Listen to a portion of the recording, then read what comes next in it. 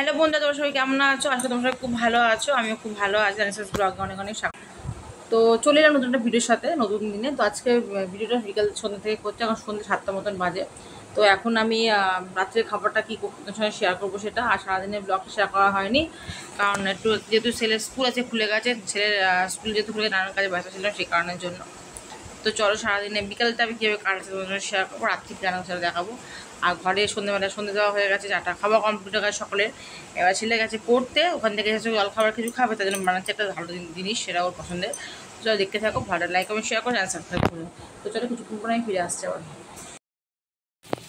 এখানে এই ঘুগনি বানাবো বলে তুমি বললাম না, বানাবো সন্ধ্যেবেলা টিফিনে কি ঘুগনি বানাবো। মাংসটা এখানে সেদ্ধ হয়ে গেছে, আর এখানে ঘুগনির জন্য পেঁয়াজ, আদা, রসুন, জিরে বাটা দিয়েছি, টমেটো দিয়েছি, দিয়ে ভালো করে এখন মিক্স করছি।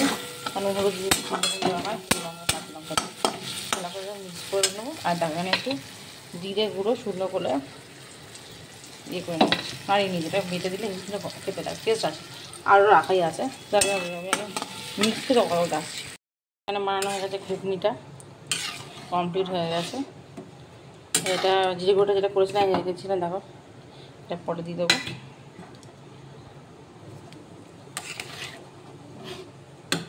চারটা ফুটে গেলে নামিয়ে দেবো। তো দেখো সন্ধ্যাবেলা বানিয়ে ফেললাম ঘুগনি। তো ঘুগনি অলমোস্ট কমপ্লিট হয়ে গেছে। তার সঙ্গে রাত্রে কী করবো তোমাদের সঙ্গে সেটা শেয়ার করতে অবশ্যই করবো।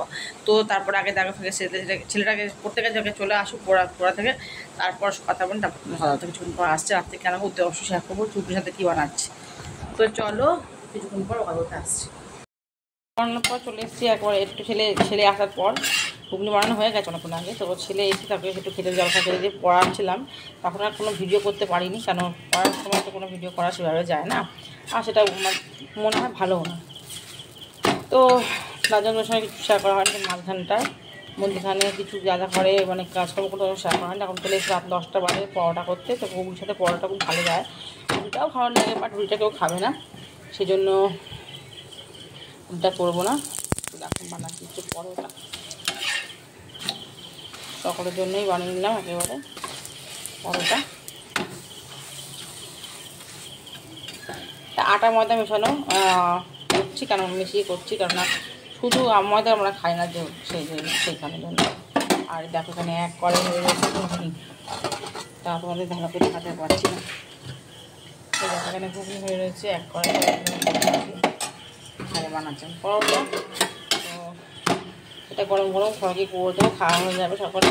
তো চলো পরোটা করে নিয়ে তাও কথা বলতে আবার আসছি। তো রাত্রে রান্না করেছি ঘুগনি আর পরোটা, এটা অনেক দিন পর করলাম।